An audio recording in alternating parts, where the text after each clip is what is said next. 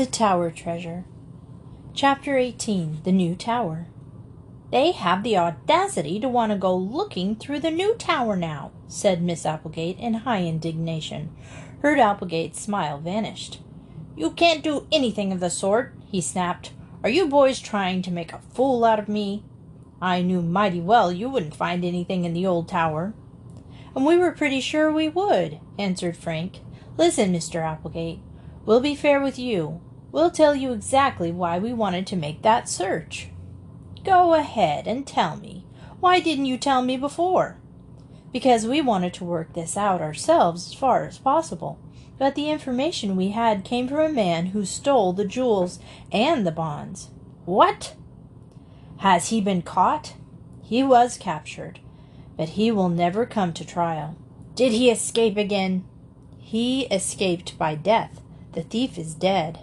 "Dead? What happened?" asked Herd Applegate excitedly. "His name was Red Jackley, and he was a notorious criminal.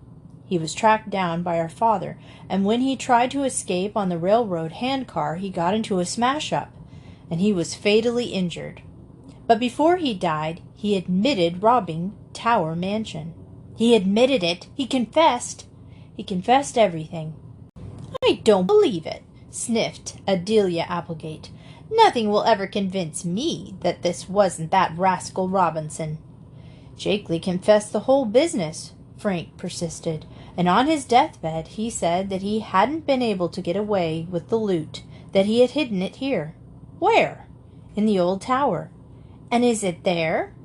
"Joe and I have been searching the place high and low. The stuff isn't there. And from the fact that there are no footprints or marks of any kind in the dust, I don't think anyone has been in that place for a long time." "The old tower has been closed for years." "So we thought," Joe interjected. "That he might have been mistaken, and that he had really hidden the stuff in the new tower instead." Herd Applegate rubbed his chin meditatively. His manner towards the boys had undergone a change, and it was evident that he was impressed by their story. "So this fellow confessed to the robbery, eh?" "He admitted everything. He was a man who once worked around Bayport, and he knew this locality pretty well. He had been hanging around the city for some days before the robbery."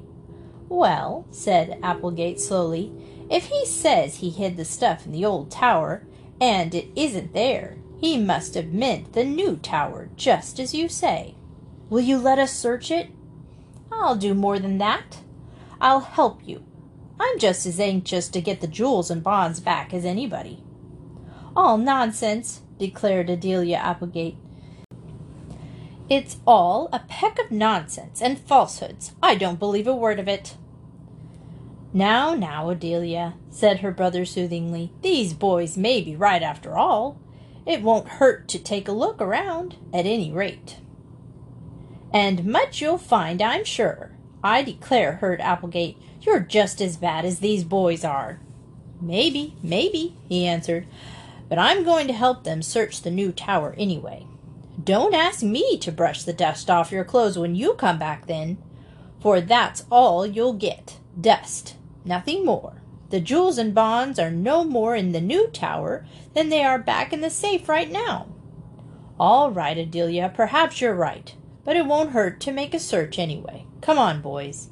With that, Herd Applegate led the way down the hall and opened the door leading to a corridor that extended towards the new tower. Frank and Joe, tingling with excitement, followed. Although the new tower had been built just a few years back, and although its rooms had been furnished, it had been seldom occupied, save on the rare occasion when the Applegates had visitors from the city.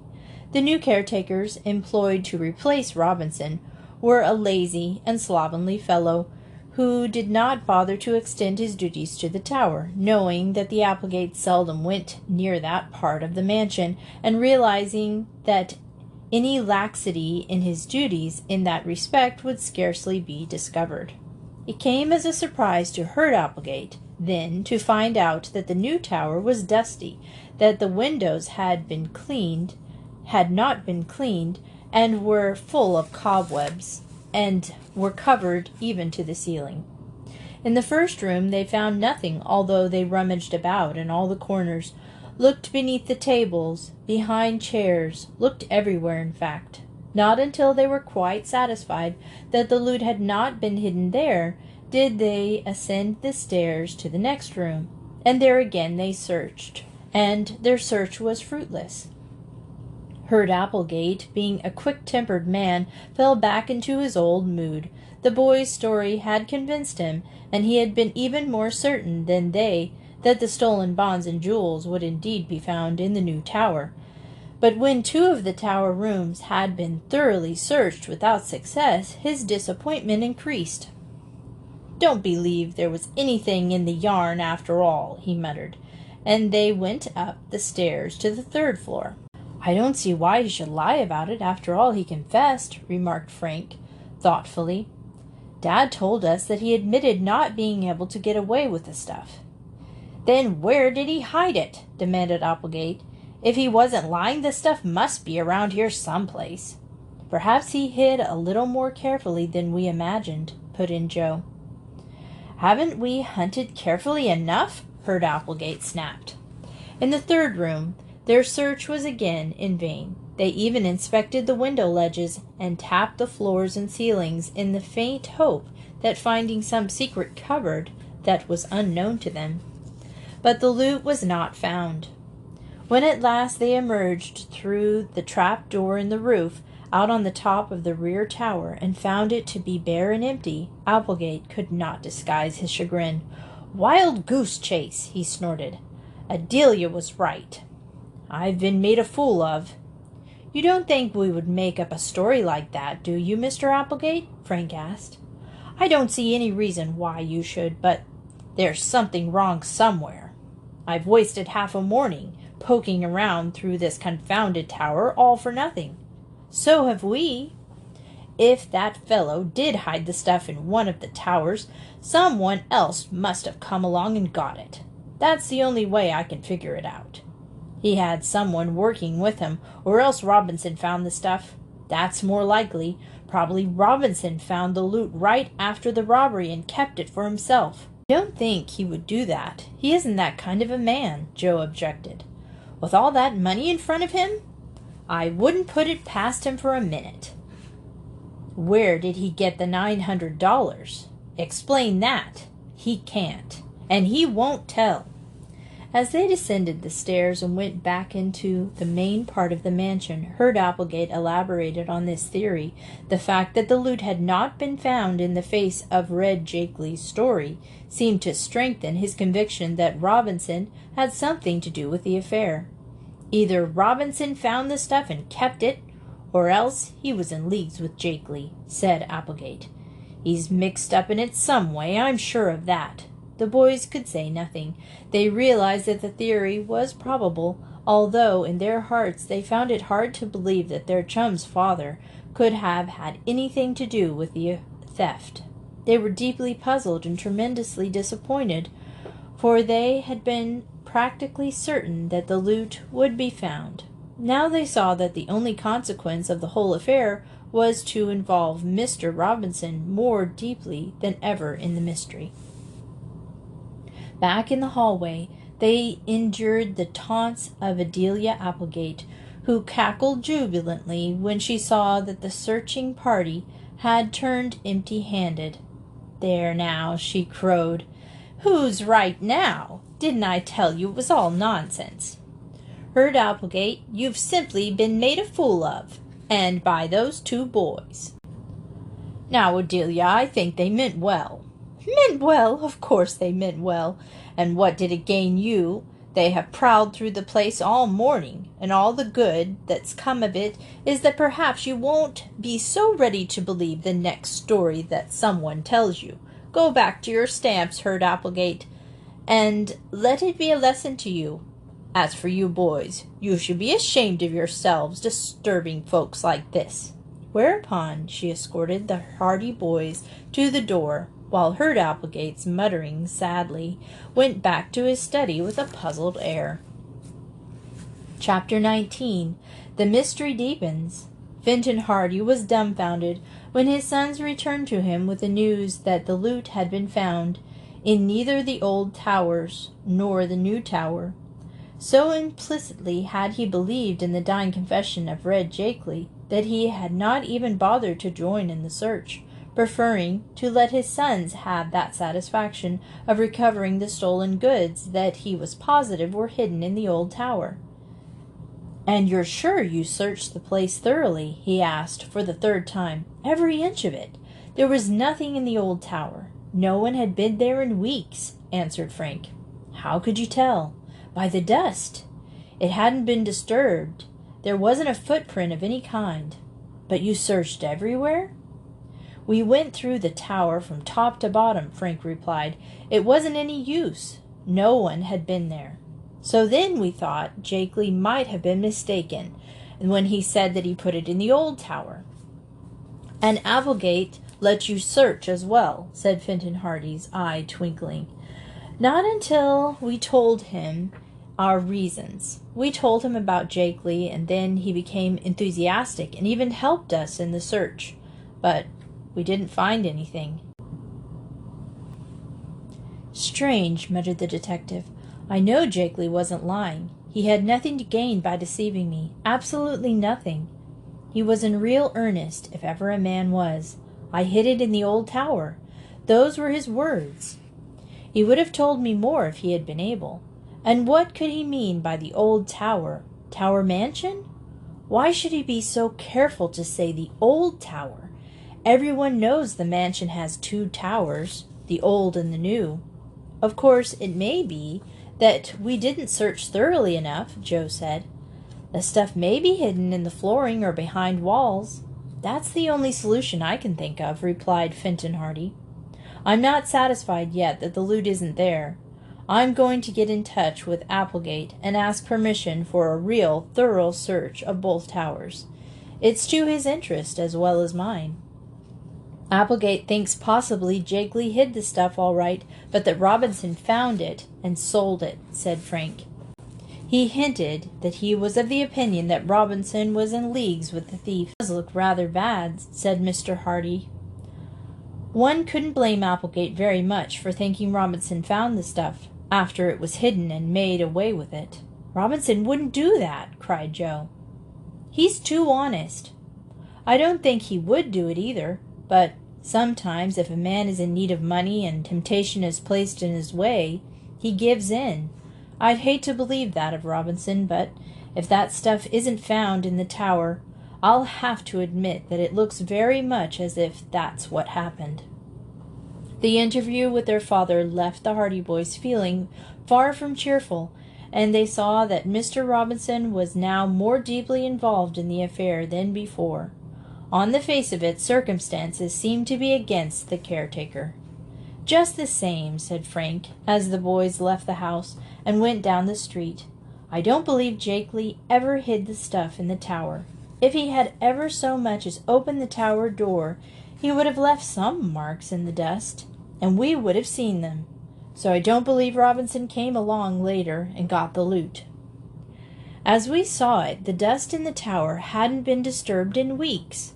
Why, there was even dust in the doorknob when Mr. Applegate let us in. "Then why would Jakeley say he hid the stuff there?" exclaimed Frank, puzzled. "Don't ask me. I'm just as much in the dark as you are." When the boys reached the business section of the city, they found that already Jakeley's confession had become common property.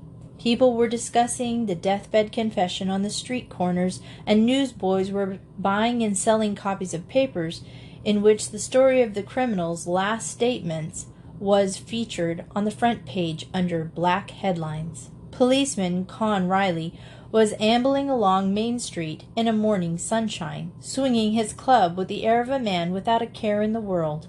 When he saw the boys, he frowned, for there was no love lost between the Hardys and the Bayport Police Department. "Well," he grunted, "I hear you got the stuff back." "I wish we had," said Frank. "What?" said the constable, brightening up at once. "You didn't get it? I thought it was said in the paper this morning that this fellow Jakeley told where he had hidden it." "He did." "And you can't find it? Ha, ha, ha!" Con Riley indulged in a hearty laugh. What a fine detective your father is. Didn't Jakeley say the stuff was hidden in the old tower? What more does he want? Our father didn't search for the stuff, remarked Frank. We did. And it wasn't there. Jakeley must have been mistaken. He chuckled exceedingly and slapped his knee. Jakeley put a good one over your father this time. Ho, ho, ho! The stuff wasn't there. Riley wiped the tears from his eyes and went on his way, trying to laugh, at the same time retaining his dignity as the officer of the law. The joke, he decided, was too good to keep, so as he proceeded back towards the police station, there to edify Chief Colleague and Detective Smoot with the tale, his buttonholed various passers-by and poured the story into their willing ears. It was not long before the yarn had spread throughout the city with the swiftness particular to stories spread by word of mouth, and in the telling the story was exaggerated, the net effect being that Fenton Hardy was made to look ridiculous by believing a false confession. Highly colored accounts of the boys' search of the old tower quickly spread, and throughout the day they were subjected to many caustic and sarcastic inquiries on the part of friends and acquaintances alike. They took all these remarks in good part, although they did not enjoy their sudden prominence. "Never mind," said Frank. "We'll show them yet." "I hope they find that stuff when they search the towers again," said Joe. "Then the people will have to eat crow. It'll be our turn to laugh." "Yes," agreed Frank, "but just now our laughter seems to be in a far distant future." Then they returned home. They found that Fenton Hardy had been busy in the meantime, and had convinced Hurd Applegate that a thorough search of the tower would be advisable. True, he had not accomplished this without a great deal of opposition on the part of Adelia, and without misgivings on the part of Hurd Applegate himself, who had by that time come to the conclusion that Robinson had indeed been mixed up in the affair all along. In this conviction he was sustained by Chief Colleague, who had paid a call at the Applegates' home as soon as Colleague had told him of the vain search of the towers. "The chief says Robinson is behind it, and I'm beginning to think he's right," said Applegate. "But how about the confession?" Mr. Hardy asked. "The chief says it's all a blind. Jakeley did it to protect Robinson. They were both working together." "I know it looks bad for Robinson, but I don't think it would hurt to give the towers another thorough search. I was the one who heard Jakeley make the confession, and I don't believe he was lying. I believe he was trying to tell me all he knew." Maybe. I think he was too smart for you, Mr. Hardy, and everybody else thinks so too. It was all a hoax." "I believe that after I've searched the towers inside and out." "Well, go ahead. Go as far as you like, but I don't think you'll find the treasure." With that, Mr. Hardy was content. He made preparations for a search of the towers, although Adelia Applegate flatly declared that the detective was making a laughing-stock of her and her brother, and that if the nonsense continued she would leave Tower Mansion forever and carry out her oft-expressed intention of going to one of the South Sea Islands as a missionary. In spite of the protestations of the worthy lady, however, the search was carried out. The old tower was visited first, and for the greater part of the following morning the place was searched from top to bottom. Even the floors were torn up in places in the quest for some secret hiding-place in which Jakeley might have left the loot. But although Fenton Hardy, accompanied by the boys and Hurd Applegate, who soon became infected with the dogged enthusiasm of the others, lent every assistance in his power, hunted throughout the old tower in every conceivable place, the missing jewels and bonds were not recovered. "Nothing left but to search the new tower," Mr. Hardy commented briefly. When the search was over, and throughout the whole afternoon, the new tower was the scene of a search that was as thorough as it was fruitless. Walls and partitions were taped, floors were sounded, furniture was minutely examined. Not an inch of space escaped the minute scrutiny of the detectives. his helpers, but as the search wore on and the loot still evaded discovery, the chagrin of Finton Hardy deepened, and Herb Applegate finally lost his temper. "A hoax!" he declared. "A hoax from start to finish." "The man was in earnest," the detective insisted. "Then where's the stuff?" "Someone else may have found it. That's the only explanation I can think of." "Who else could have taken it but Robinson?" To this, Mr. Hardy was silent. In spite of his knowledge of and liking for the man, he was beginning to suspect that the caretaker may have had a hand in the affair after all. "Either that, or Jakeley simply told the yarn to shield Robinson," declared Applegate. "I'm not going to give up the search yet," said Mr. Hardy patiently. "Perhaps the loot was hidden somewhere around the grounds." So the grounds of the Tower mansion, particularly in the vicinity of the new towers, were thoroughly searched. The shrubbery was inspected, but to no avail. The search continued until sundown, and by that time Adelia Applegate was pale with wrath, for the place, as she expressed it, had been turned upside down. Herb Applegate was outspoken in his rage and disappointment, while Finton Hardy was deeply chagrined. As for the boys, although they had expected that the additional search would be without success, they shared their father's bewilderment. "I can't understand it," admitted the detective.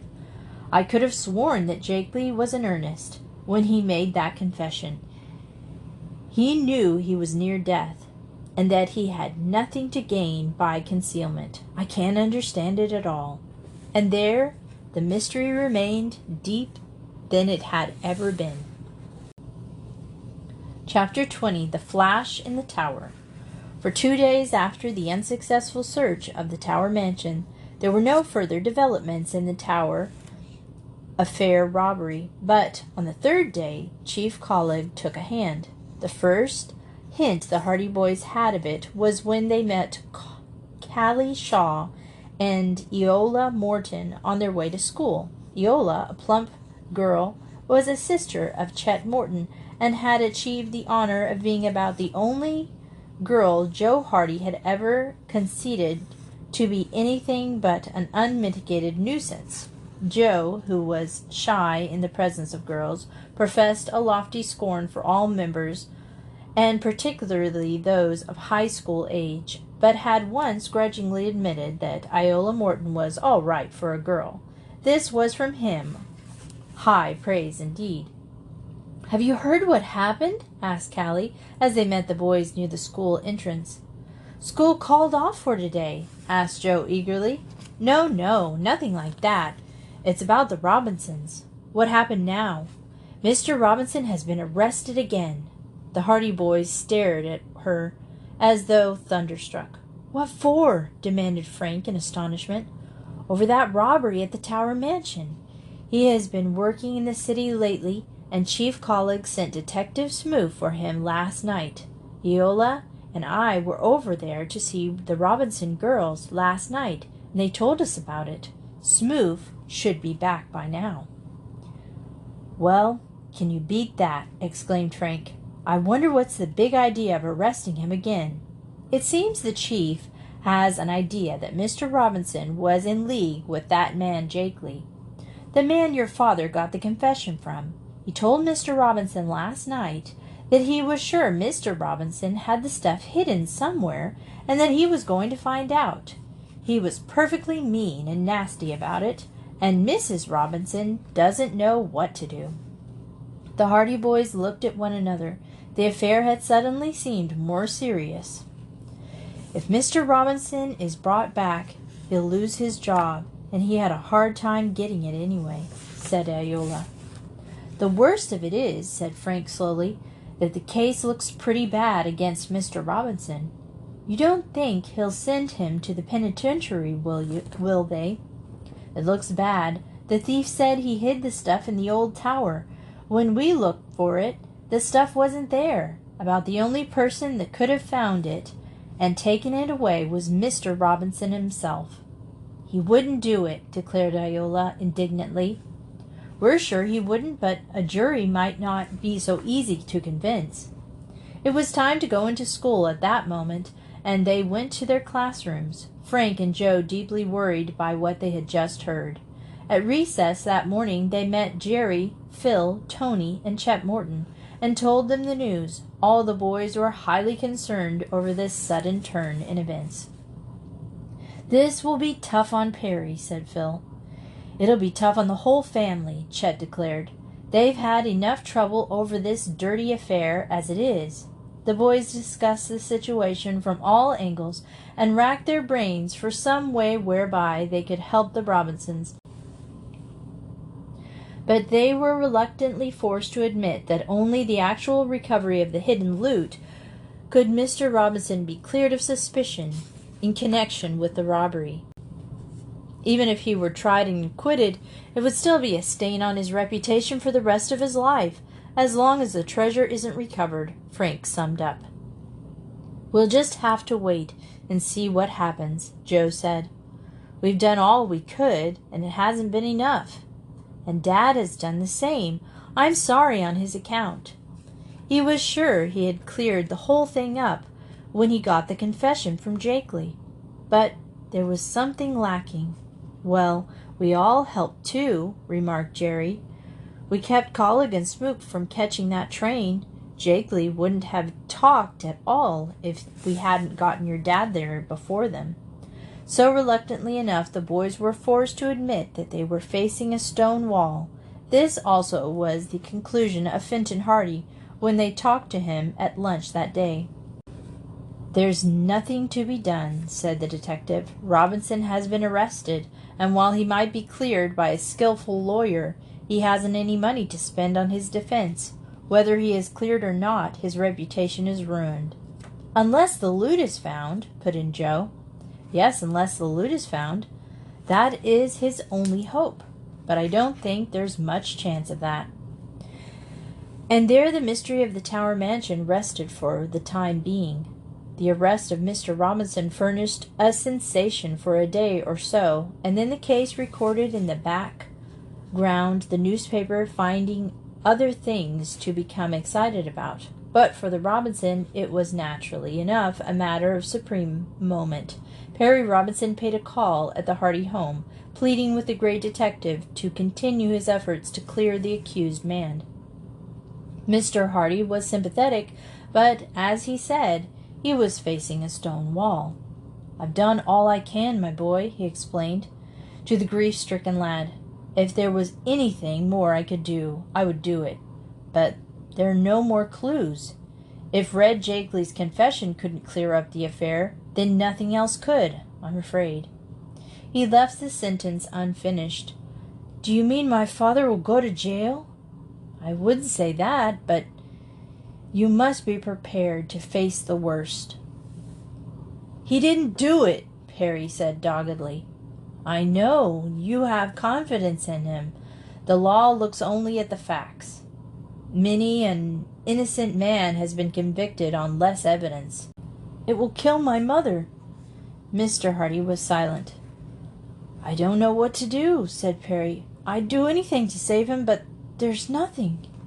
"There's nothing any of us can do unless, by some lucky chance, the loot is recovered. That would clear everything up, of course, but in the meantime, we just have to wait and hope." "And you can't do anything more, Mr. Hardy?" "A detective is not a miracle man, my boy," said Fenton Hardy kindly. "He's only a man who is trained in tracing criminals. He has to go by the facts of his disposal. I have exhausted every line of action in this case. Everything that could be done has been done." Perry Robinson got up, twisting his cap nervously in his hands. "We all think you very much, too, Mr. Hardy," he said huskily. "Don't think I've been ungrateful by coming here and asking you to do more. I guess I didn't realize just how hopeless it was." "It isn't hopeless exactly. Don't think that. There's always hope, you know, but be prepared for the worst." "I'll have to be." With that, the boy left, and Frank, Joe, met him in the hallway and awkwardly tried to express their sympathy. Perry was grateful. "I know both of you have done a lot for us in this mess," he said. If it hadn't been for you, we wouldn't even have Jakeley's story to go on." "We're only sorry it didn't work out as we hoped, Perry," Frank said. "We thought that would clear the whole thing up. Instead, it seems to have involved your father deeper than ever. It wasn't your fault. Perhaps something will turn up yet. Joe and I aren't going to lie down on the job now.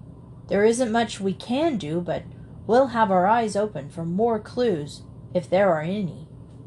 Perry Robinson shrugged his shoulders desperately. "I guess there isn't much now," he said. "But I appreciate what you're doing."